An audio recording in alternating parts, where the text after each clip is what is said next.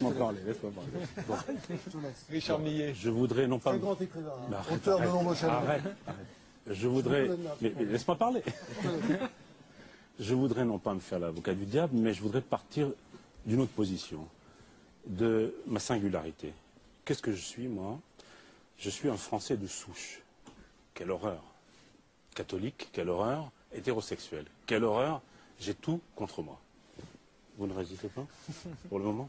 J'ai envie de dire tout pour vous. Je voudrais dire, par exemple, que je suis hanté par la question de l'identité. Non seulement mon identité, mais aussi l'identité nationale.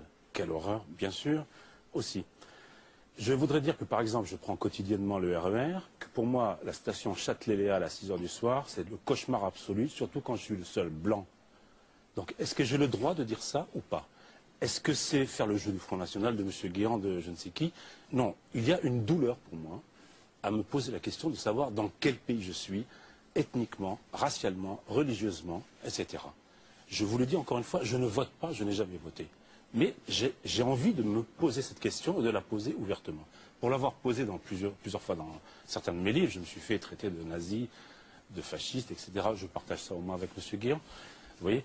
Donc voilà, simplement, j'ai une douleur, je ne me reconnais plus, je ne supporte pas les mosquées en France, je le dis, je ne peux pas voir ça en peinture, je ne peux pas supporter les mosquées en Hollande, la mosquée de Rotterdam est quelque chose d'absolument épouvantable, c'est la plus grande mosquée d'Europe.